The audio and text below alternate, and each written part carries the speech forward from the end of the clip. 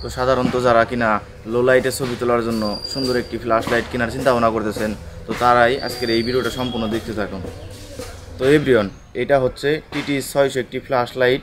তো এটিতে ব্যবহার করা হয়েছে 4টি পেন্সিল ব্যাটারি। তো এই ব্যাটারিগুলো কিন্তু আপনারা চার্জ করতে পারবেন, এই ব্যাটারিগুলো রিচার্জেবল। এই 4টি ব্যাটারি দিয়ে আপনি একটা চার্জে আপনি মিনিমাম 500 থেকে 600 ছবি তুলতে পারবেন।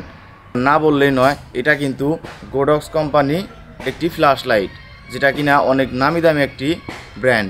ফটোগ্রাফির জন্য সুন্দর একটি ফ্ল্যাশ লাইট TT600। তো আপনারা চাইলে কিনতে পারেন। এটার বাজার মূল্য বর্তমান 8 থেকে 9,000 টাকা হলেই এটা আপনি কিনতে পারবেন। তো এভরিওয়ান, এক ভাই আমাকে জানতে চাইছে যে ভাই আমি হচ্ছে কিট লেন্স নিব নাকি একটা ওয়াইড লেন্স নেওয়ার চিন্তা ভাবনা করতেছি। দেখেন ভাই, আপনি কিট লেন্স দেওয়া আপনি নিজেও জানেন যে কিট লেন্স দিয়ে আপনি রাত্রের বেলায় ভালো ছবি বা ভিডিও করতে পারবেন না।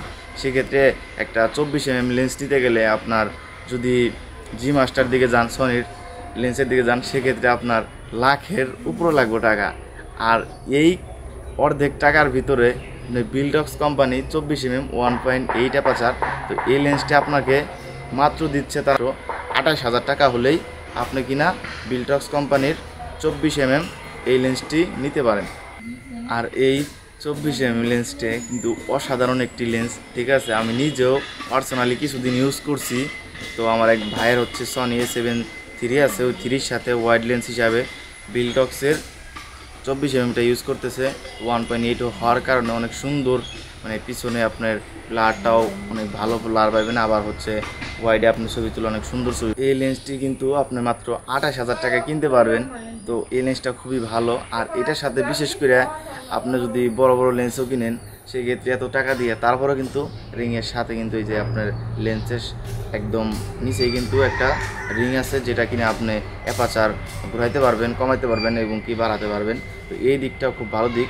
আর এটা কিছু খারাপ দিক আছে, সেটা হচ্ছে আপনার এইটা খুব কেয়ারফুল ইউজ করতে হইবে। সাইরা দেয় বা ওই করে হেলায় একটা নয়েজের একটা শব্দ আসে, আমার একটা শব্দ আসে না, মানে যদি রাইগেন বা একটু পিছান যে একটি থাকে না, ওরকম কিছুই এই লেন্সে হবে না। কারণ এটা সাইলেন্ট মোটরের ভিতরে আর কি মোটর ধোয়া আছে, ঠিক আছে, যে কারণে আপনি এটা আপ ডাউন করলেও কি কোনো ভিডিওতে বা ছবিতে শব্দ আপনি শুনতে পারবেন না। তো এইটা হচ্ছে ভালো দিক। তো আপনারা যারা কিনতে চান তারা অবশ্যই কিনতে পারেন।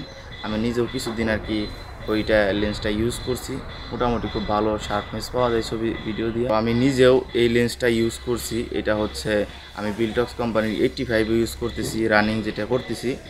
আর হচ্ছে আগের যে আমি এক ভাইয়ের হচ্ছে ক্যামেরা যাদের সাথে কাজ করি, তো ওই ভাইয়ের হচ্ছে A7 III আর হচ্ছে 85 আছে বিল্ডক্সের, আর হচ্ছে একটা 24mm আছে বিল্ডক্স কোম্পানি। তো ওই লেন্সটা আমি নিজেও কিছুদিন ইউজ করছি, ইভেন্টে কাজ টাজ করছি, মোটামুটি অনেক সুন্দর শার্পনেস পাওয়া যায়। আর ফোকাসের কথা তো কিছু বলতেই হইব না। মনে করেন যে একটা কিট লেন্সে মনে করেন যে যতটুকু দ্রুত ফোকাসটা করে কি না সন্দেহ, কিন্তু এই লেন্সটা আরও অনেক সুন্দর ফোকাস পাবেন, এরকম হাই ফোকাস পাবেন। মনে করেন যে এরকম যেমন একটা আপনি যদি এই 6400 ইউজ করেন বা কিনা এই A7 III-তে A7 II বাদ দিলাম, এইগুলো A7R A7R2 এইসব ক্যামেরা আপনি ইউজ করতে পারবেন। আর ক্রপ বডিতে ইউজ করতে পারবেন 6400 এই ক্যামেরাতেও ইউজ করতে পারবেন। আর কিট লেন্স যদি কিনেন, মানে কিট লেন্স ওরকম ব্লার পাবেন না, ঠিক আছে। আর লো লাইটের তো কথা বলতেই নাই কিছু, লো লাইটে ওরকম ভালো পারফরমেন্স পাবেন না।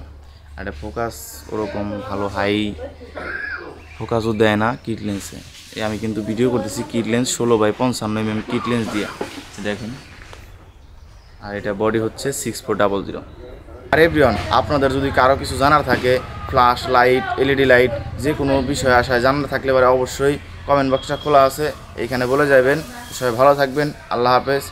নেক্সট ভিডিওর জন্য অপেক্ষা করুন।